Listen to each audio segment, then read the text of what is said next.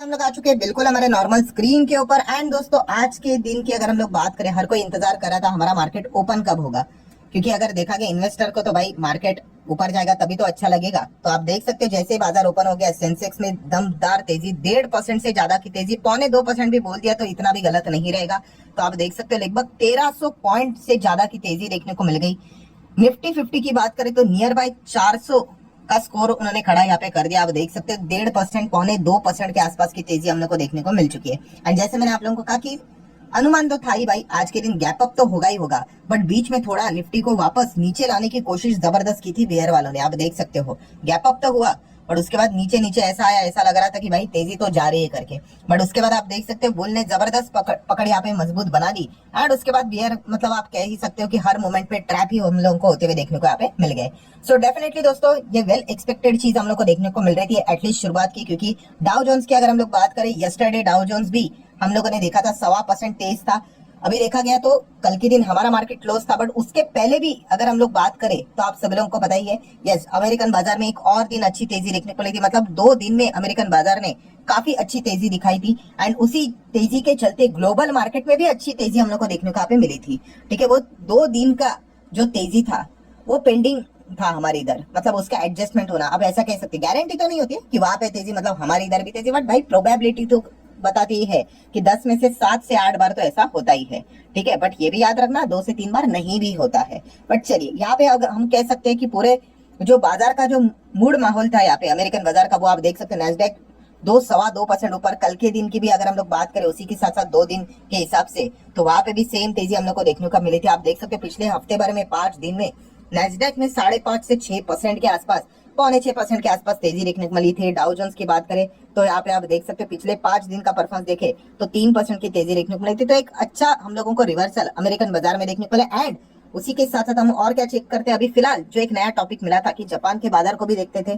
ठीक है, जापान के बाजार में हम लोगों ने देखा था वहां के जो बैंक ऑफ जापान है उन्होंने एकदम सरप्राइजिंगली क्या कर दिया था, इंटरेस्ट रेट बढ़ा दिए थे। एंड जो येन कैरी ट्रेड का जो इशू क्रिएट यहाँ पे हुआ था, ठीक है, जापानीज मार्केट क्या कोलैप्स हुआ था अलग से बताने की जरूरत नहीं है। उसके बाद आप देख सकते हो कि अमेरिकन बाजार के साथ साथ जापानीज मार्केट भी 3.5% आज के दिन भी हम लोग को तेजी दिखाते हुए देखने को मिल रहा था। सो उसी के साथ साथ जो एशियन मार्केट भी हमारे बाकी जो बचे कुछ यहाँ पे रहते हैं, वो भी अगर आपने यहाँ पे चेक किए होंगे आज के दिन सब कुछ हम लोग को हरा भरा निशान ही देखने को यहाँ पे मिल रहा था। तो Asian market green, global market green, American बाजार ग्रीन। तो हमारा मार्केट की ओपनिंग की अगर हम लोग बात करें तो वेल एक्सपेक्टेड था भाई की ग्रैंड ओपनिंग होने वाली है। एंड वैसा ही देखने को मिल गया कि निफ्टी 50 जबरदस्त 24,334.85 पे ओपन हो गया।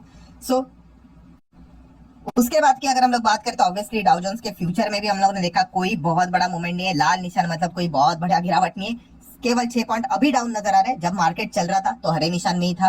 देन ग्लोबल मार्केट की बात करें तो जर्मनी का डेक्स वो भी अच्छा हरे निशान में था।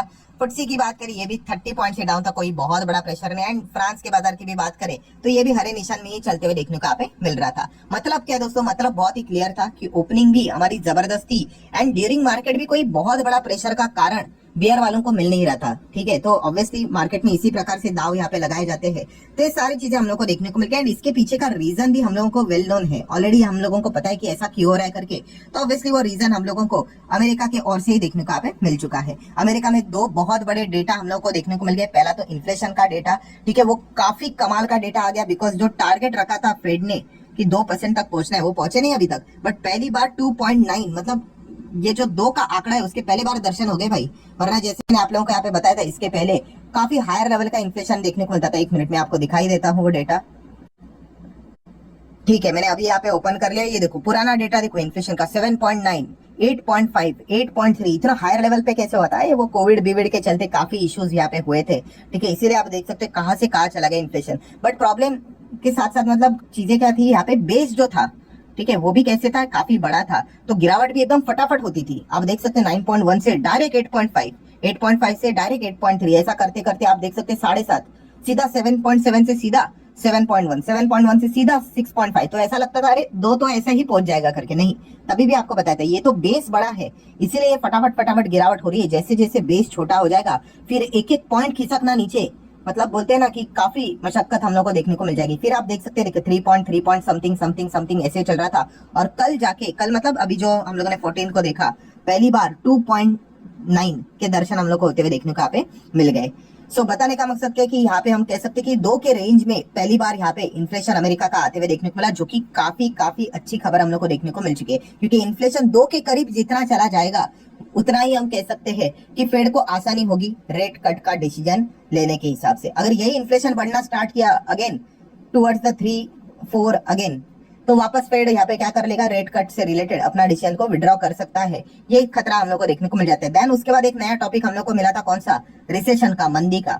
तो ये चीजें कहाँ से आ गई, देखिए अभी जिनको इकोनॉमिक्स समझ में नहीं आता है वो ऐसे बोलते हैं अरे अभी मंदी की तो बात नहीं हो रही थी, अभी मंदी की बात कैसी करनी है यहाँ पे लग गए करके। तो दोस्तों अलग अलग डेटा होता है, इन चीजों को आपको सीखना पड़ेगा। और 90% लोग ऐसे ही बातें करते रह जाते हैं कि मंदी की बात कैसे आगे करके। तो मंदी से रिलेटेड कुछ पैरामीटर्स होते हैं, ठीक है। एक नॉर्मल पैरामीटर कौन सा होता है रिसेशन का, तो आप सभी लोगों को पता है कि हमारा क्या आता है, जीडीपी का डेटा आता है, पता है ना, हर कंट्री का आता है। यस, बैक टू बैक अगर 2 बार जीडीपी का डेटा अगर माइनस में चला गया तो हम कह सकते हैं कि कंट्री पूरी हम लोगों को टेक्निकली रिसेशन में जाते हुए देखने को मिली।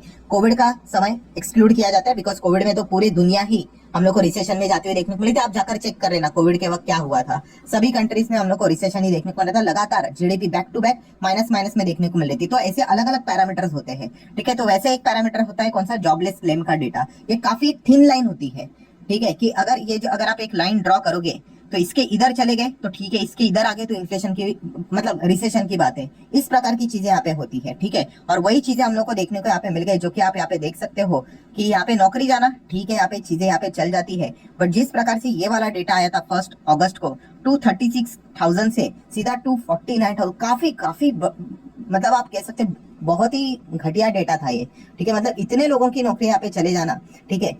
एंड उसी के साथ साथ प्लस प्रेशर भी चल रहा था कि ये रेट कट ही नहीं कर रहे करके। तो सब लोगों ने कहा कि भाई ये तो रेट कट करने वाले तो है नहीं, ऊपर से इस प्रकार का डेटा है, इनको तो लगता है कि अपने इकोनॉमी को रिसेशन में ही ढकेलना है करके, ठीक है। और काफी प्रेशर बना भाई, 1000-1500 पॉइंट ऐसे नहीं टूटता है बाजार, अमेरिकन बाजार हम लोगों ने देखा था, हमारा निफ्टी भी हम लोगों ने देखा था कैसे गिरा था।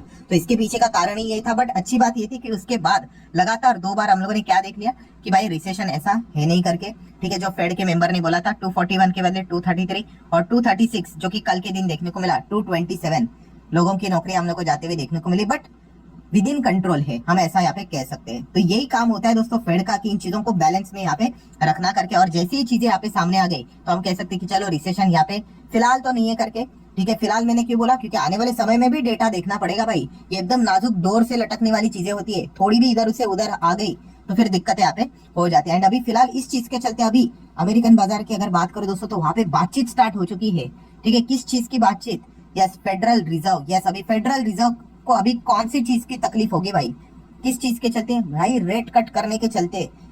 तो सब कुछ अभी प्लेटफॉर्म रेडी है, आपका inflation first time 2 point something में आ चुका है, रिसेशन का भी कोई अभी खतरा नहीं है। इनफैक्ट एकदम मतलब बोलते हैं ना, जो बॉर्डर लेवल पे आपको जो चीजें चाहिए एग्जैक्टली वैसे है। तो पॉवेल जी अभी आपको क्या तकलीफ है एंड फेड के मेंबर को क्या ही तकलीफ होगी फिलहाल, तो रेट कट करने से रिलेटेड।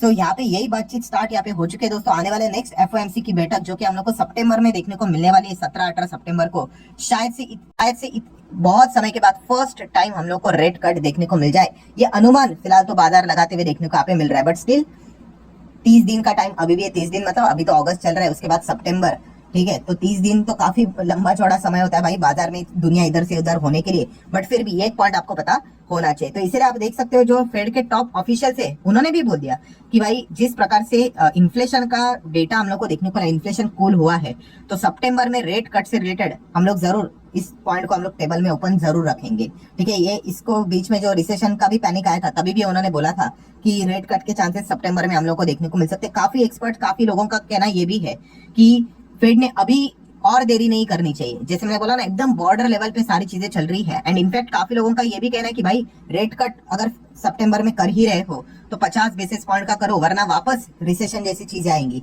ऐसा नहीं होता कि रेट कट हो गया मतलब मिठाई बांटो करके।